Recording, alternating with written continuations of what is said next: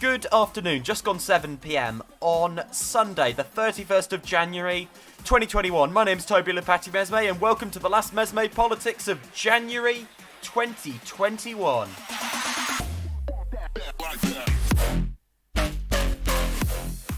That's right, a whole month of this year, 1/12 of the year done.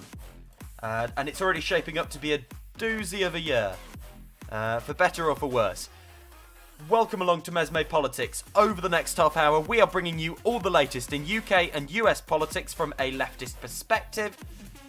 On the way, the EU compromise regarding vaccines, Trump's trial team collapsing regarding impeachment,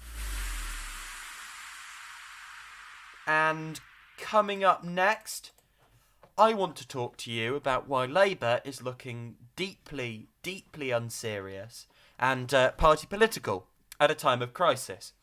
But first, a government... Oh, and of course I want to talk to you about the Labour vision for a federal Britain, the potential Labour vision for a federal Britain. But first, a power grab by the Conservative Party regarding OFCOM.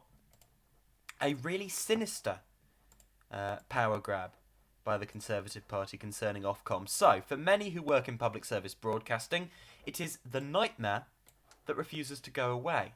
Could Paul Dacre, former editor of the Daily Mail, really now have the chance to oversee the statutory regulation of British TV and telecommunications? The Brexiteer and long-time bête noire of liberals and left-wingers is understood to be very close to being offered the influential role of chair of OFCOM. According to Whitehall and media sources, Boris Johnson is preparing to announce the controversial appointment soon and will later reward Dacre with a peerage. The remit will be, specifically, to target the BBC. This is what we're stuck with. This is what's going on. And it's pretty shocking, right? It's shocking, but it's not surprising. So, first and foremost, this is a power grab. It's a power grab by the government to influence pivot yet further the BBC public service broadcaster to the right. We don't have an independent broadcast service in this country. We have for-profit organisations with a right-wing slant, and we have a public service broadcaster so scared of being seen to be even remotely left of centre in any way that it's pivoted and acquiesced to the radical right on various demands, and has basically towed the government line throughout this crisis. That is the situation we face, and we now have Paul Dacre, extremely partisan political figure, being appointed head of OFCOM, right? He's going to be regulating the whole landscape. This is going to shape the British media landscape for a generation. And I'll add to that, just to make it even worse, this would never happen with the left, okay? Look and think about it. Think about Andrew Neil and how right-wing his record is, how right-wing his open political allegiances are, and the fact that he was a flagship interviewer for the BBC. Look at these people, blatantly right-wing. We've got senior Tories running the BBC. We would never have that. You would never have a high-profile socialist with a primetime slot on the BBC. You'd never have someone with the equivalent of Andrew Neil's politics on the right, but to the left, hosting a flagship show. You'd never have ex-Labour staffers running the BBC. You'd never have, Seamus Milne regulating Ofcom. None of that. None at all. And that is where the hypocrisy lies. That's where the problem lies. It's not that people with a variety of political views are making it into the British media industry. It's that only those with right-wing views are being allowed to participate in the circus.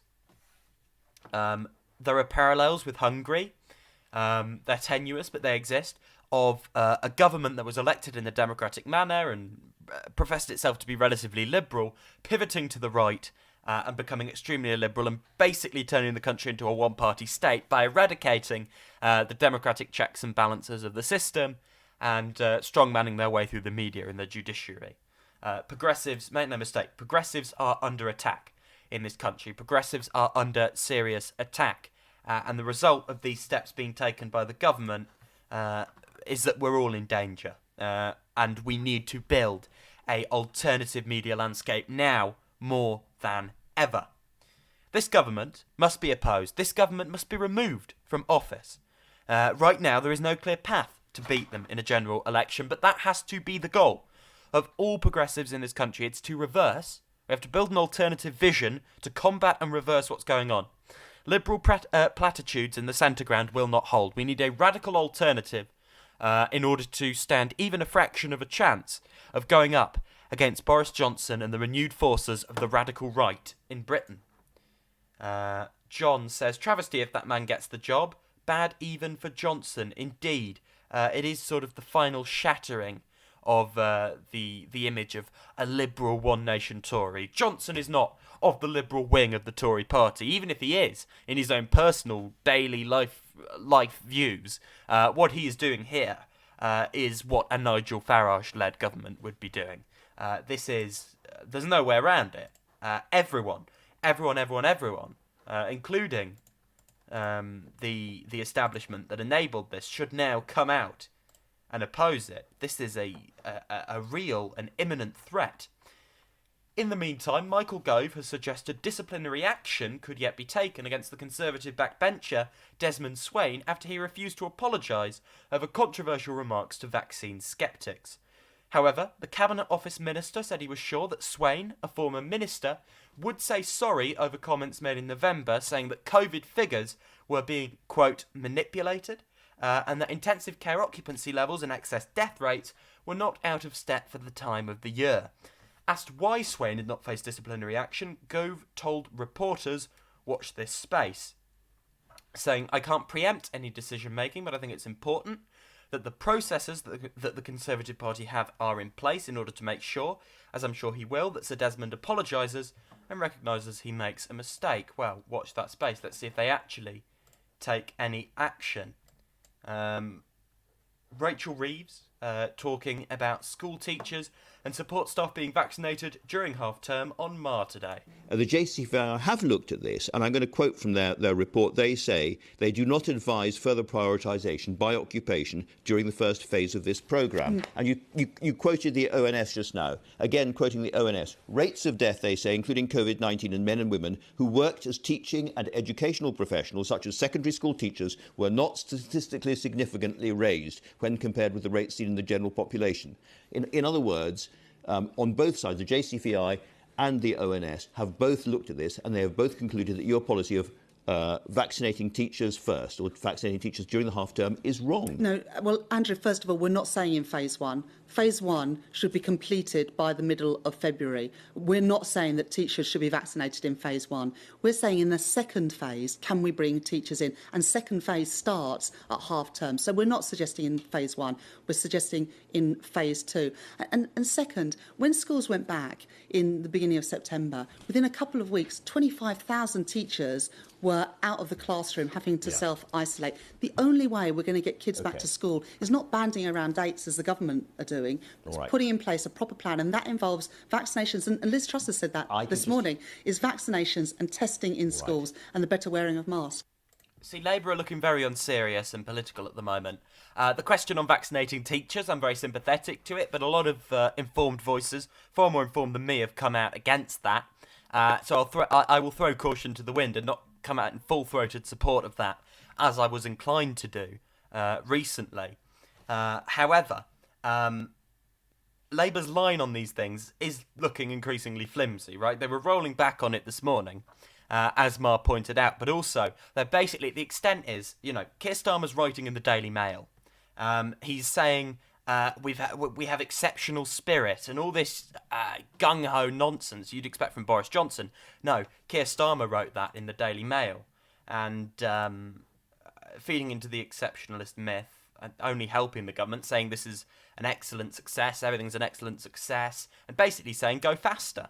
The government should go faster. They should open things faster. They should roll out the vaccine faster. It's just really poor, uninformed, and completely vacuous opposition from Labour at the moment. We need, in two parts, we need to see it more oppositional, as in they're setting out an alternative, but also more constructive in that they're not just saying go faster, they're actually saying here is how you go faster and here's why we think you're not doing it fast enough. the Conservative Party has a great year shaping up ahead of it. They are going to recover in the polls. They're already 1.3 points ahead across the country, an average of all the polls. And the vaccine rollout, which is a success, is going to aid them immensely going into the local elections, which is now seeing Labour on the defensive rather than the offensive, which is what they were talking up in 2020. If you don't agree, get out of your own bias, get out of your own echo chamber and think. I, as much as anyone else, wants to see the Johnson Tories 20 points behind to Keir Starmer. Of course I do. But that is not where we are. And the reality of the situation is they're doing well politically. In terms of governance, it's dreadful. In terms of politics, they're winning here, right? And really think about it. Right now, the Tories have the next election, maybe the election after that, completely sewn up. Completely sewn up. It's Johnson's Britain and we all have to live with it, live in it. It looks far less favourable to Labour than it even did at Christmas. And we're going to have to deal with that because unless we acknowledge the realities, there's zero probability, zero possibility that we will in any way be able to fight it. Over to the States, and former President Donald Trump has abruptly parted ways with 5 lawyers handling his impeachment defence, just over a week before the Senate trial is set to begin, people familiar with the situation said yesterday. Those departures include his lead lawyer, Butch Bowers, whose hiring was announced last week. You heard that only last week. A person familiar with the situation said 4 other lawyers are reported to be joining, including Deborah Barbier, a criminal defence lawyer in South Carolina, also leaving, according to multiple people familiar with the situation. Mr. Trump has pushed for his defence team to focus on his baseless claim that the election was stolen from him. Yeah, still peddling that. One person familiar with the situation said. A person close to Mr. Trump disputed that was the case, but acknowledged that there were differences in opinion about the defence strategy. However, Mr. Trump has insisted that the case is simple and told advisers he could argue it himself and save the money on lawyers. But aides contend he is not seriously contemplating doing so. Well, the farce continues. I mean, the whole thing's so ridiculous. It's like a clown show. But let's realise this guy has a fan base of millions of people and he was elected president of the United States. America really is a dying empire and a whole parody in of itself. He's a deeply silly guy, is Trump. Deeply, deeply stupid guy.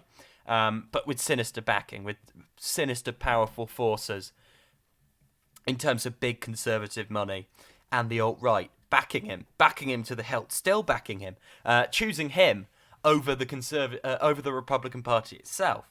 But we do have to remember at all times that Trump is merely a shiny object, which is there to distract us from the pillaging and the corruption and the backpedaling on promises of the Biden administration, the broken promises, you know.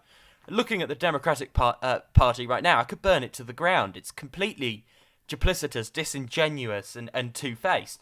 And that's what's going to give the Republicans the reins of power back, right? Their own stupidity. But still,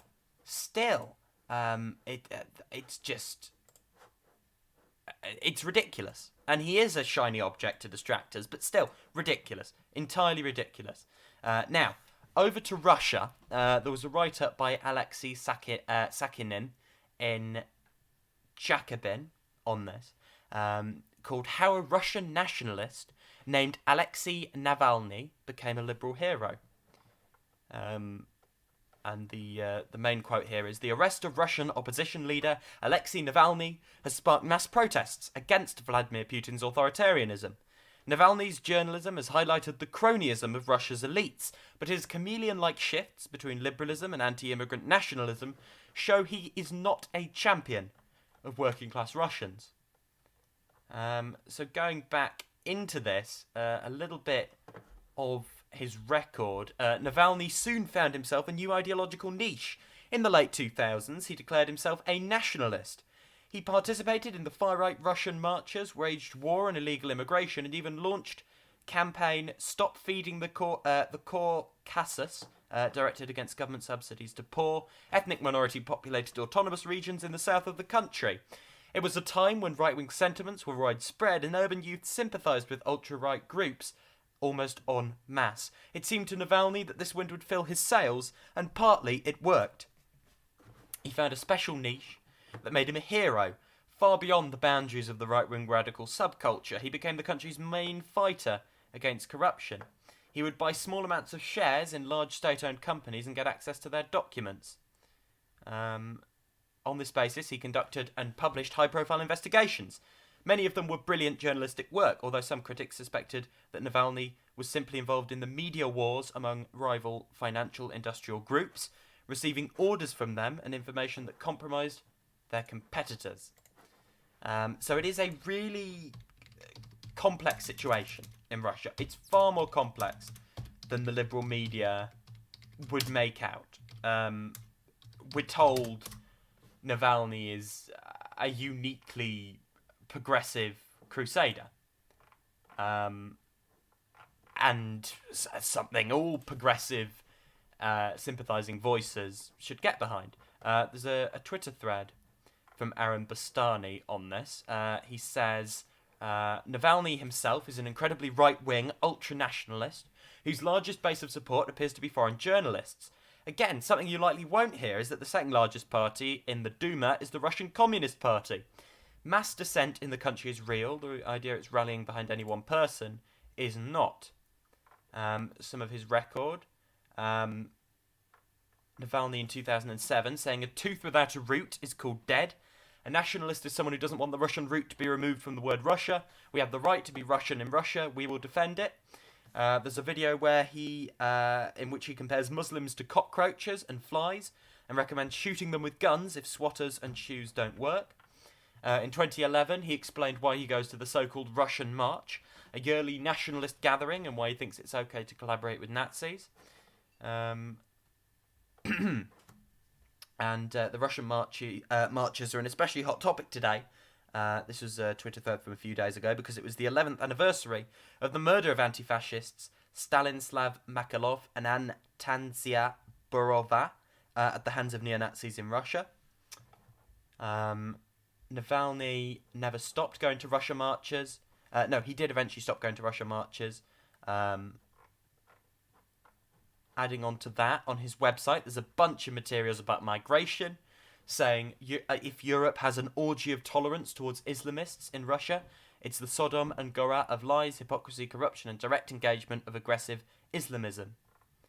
And a quote here from Twitter: abstract him from Russia and you'll get a vile picture. If Navalny lived in the US, he would be against immigrants from Mexico and Guatemala. If he lived in France, he'd rant against Algerians and the Congolese. The reality is, in Russia, it's not all that meets the eye. The media is essentially doing what they always do, right? The West and their military allies and the media are propping up this figure as an angel, as, you know, the anti-Putin. The reality is, many of the things we don't like about Putin hold true with him, and he's certainly, all he wants to do is change the order from Putin, authoritarian conservatism, to open market neoliberalism that will equally ravage the social safety system as Putinism has in Russia. He is not an ally of the working class. He does not have unanimous support. He's viewed with derision in much of Russia as a deeply unserious figure propped up by foreign journalists. Of course, all figures have their merits. Navalny has certain merits. The deifying him by the mainstream media is completely wrong. He's not the real deal, basically. He's not the figure that is genuinely leading a grassroots movement opposing Putin. He is the chosen figure backed up by American and European forces. And if that's the case, it tells you enough to know that the left shouldn't really offer him their support at all. We are not apologists for Putin's regime. Putin's regime is deeply objectionable in countless ways. It's deep illiberalism, it's authoritarianism, it's conservatism, it's traditionalism. But at the same time, Navalny has a record as a far-right racist nationalist, and we should have nothing to do with him either. And the Russian Communist Party has been completely wiped from the picture on this and ignored, basically. Finally, I want you to have a listen to Ilan Omaha visiting the northern Minnesota to urge President Biden to stop the Line 3 pipeline. Have a listen. This is Congresswoman Ilhan Omar. We're in the northern part of Minnesota, here at where the Line 3 pipeline is about to go into, and we're here visiting because it is going to be really important for people to raise their voice. There's still an opportunity for us to stop. We know that our governor has the ability to do something, but has chosen not to. And Biden, at the moment, has taken action on some of the pipelines across the country, and we are urging him to take action in regards to this one because he does have that ability. But I wanted for you all to get an opportunity to hear from indigenous folks on this land on why it is important for us to protect the wetlands, why it's important for us to think about what livelihood in regards to wild rice means, what it means for us to stand up in solidarity as we protect and fulfill treaty rights, what it means for us as Minnesotans to recognize we have to stand together and make sure that our brothers and sisters have their lives and their culture and their livelihoods intact. Solidarity with all those fighting in this effort against the mainstream of the Democratic Party. An update on the Biden presidency. 11 days in office, 31 new oil drilling permits granted, 0 $2,000 stimulus checks sent, and no 10,000 student loans forgiven, and 0 kids in cages reunited with parents, which could be done with executive order. Biden pledged to sign an executive order about separated migrant children on day one. He still hasn't. And he, of course, said $2,000 checks would go out the door immediately if Democrats win in Georgia. And you wonder why Trump happened. You wonder why people are disillusioned with the political establishment in America and around the world. And you wonder why they're falling into the arms of right-wing strongman populists who are actually the establishment in another set of clothes, who are a bit less civil, basically. That's the only difference. Now, over to the UK, and Keir Starmer has been urged to support radical reforms to devolve power in the UK, including a new federal parliament, a written constitution, and significant new authority for England's regions, under plans initially drawn up for Jeremy Corbyn. A lengthy report commissioned by Corbyn recommends reorganising the UK as a federal state overseen by a new Council of the Union and replacing the House of Lords with an elected Senate, alongside substantial new financial and policy powers for Scotland, Wales and Northern Ireland. Senior figures within Labour, including Gordon Brown, centrists close to Starmer, and Corbyn allies such as former Shadow Chancellor John McDonnell believe that Brexit, the impact of the COVID crisis on English regions and growing anger over under-investment in the north of England have fuelled a stronger appetite for significant reform and are urging the Labour leader to support the plans. Some of the report's recommendations echo proposals being floated by Brown, the former Prime Minister, who is advising Starmer on setting up a new constitutional commission due to be launched by Labour in the early spring. There's a ferment going on at the moment. There's a challenge to the way the British state is constitutionally organised, coming from so many fronts. That's John McDonnell talking to The Guardian. Labour feels under pressure to propose ambitious new powers for Scotland and to counter demands for a second Scottish independence referendum, which are intensifying in the run-up to May's Holyrood elections. Well, lot to unpack. First thing, and I've always said this, federal Britain is absolutely the way to go. It's probably the only thing, and I don't think it'll work, but it's the only thing that could plausibly save the Union. But alongside that, it's just the right thing to do, even if it's just a federal England. It's the right thing to do for a functioning modern democratic country. A written constitution is a bit iffy. Karl Marx himself talked about the fact that because we don't have a constitution, without a revolution, radical change can be implemented in this country directly through the House of Commons, because we can do whatever we want with it, right? Radicals can get into the House of Commons and implement change. And now that we've left the EU and have full control of our sovereignty, we can genuinely do something like that. So a written constitution, historically, they do act to stymie and circumvent and suppress popular will. So let's think about that very carefully. Take back control, that whole slogan, can really be reclaimed by Labour, by the left, by progressive forces in proposing constitutional reforms, a package of constitutional reforms that the Tories would never commit to. They have a centralising fetish. They also have a very unconservative centralising fetish, I might add, and also they have a critical weakness in the sense that they will not offer people these sort of reforms when Labour will.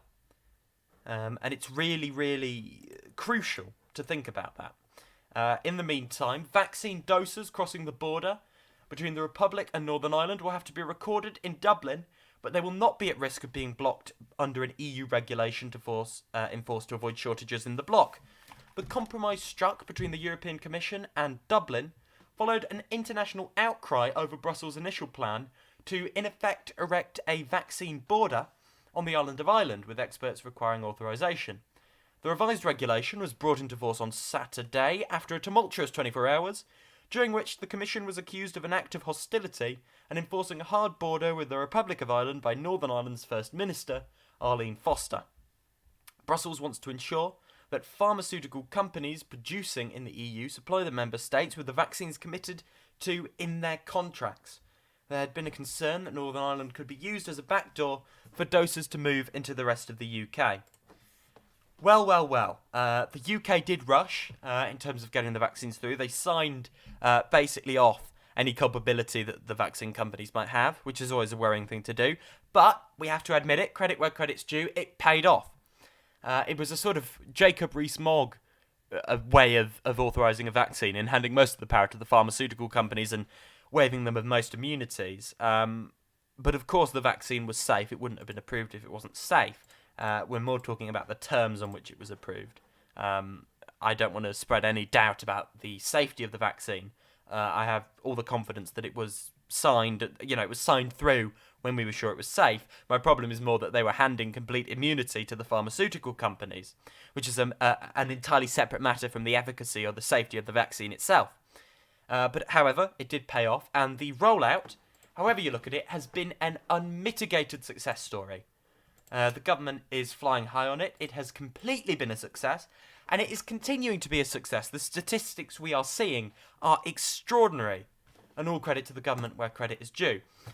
Finally today, a report on a freedom of information attack from a secret government unit from Double Down News. Double Down News, at Double Down News on Twitter. Have a listen to this. Without freedom of information, we'd never have known that MPs were claiming thousands and thousands of pounds worth of our money for their duck houses and for their moats and for all kinds of other frivolous items that the taxpayer should never have been paying for. We'd never have known so many stories that are vitally in the public interest. But the problem is, freedom of information is under unprecedented threat now. We've discovered that there's a secretive unit inside government that is screening all the freedom of information requests that get sent to government and is profiling journalists, taking into account who a journalist is, who they write for, where they work, when deciding whether or not to release certain types of information. That is against the spirit and the letter of freedom of information law. As one example of just how important this is, how it can often be a matter of life and death and justice, it's the story of Jason Evans. Jason Evans was 4 when his father died. Jason's father, like thousands of other people in Britain, was given contaminated blood on the NHS. In this case, it had HIV and he died. It's strongly my belief that had action been taken, my dad would not have been infected with HIV. Really sinister stuff, basically, and something we should all oppose and fight to uncover more on. That's it from me today. Please subscribe, like the video, put notifications on. We will be back same time, same place, doing it all again for your Monday. Brand new week, brand new month. Tomorrow, 7 p.m. Tell your friends. I'll see you there.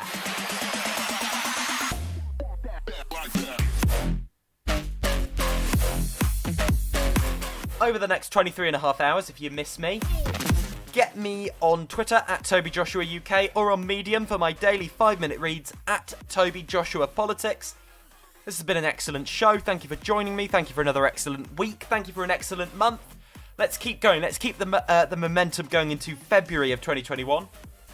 We'll be here holding everyone in power to account indiscriminately and advancing the politics of a fairer, more just society. I'll see you soon.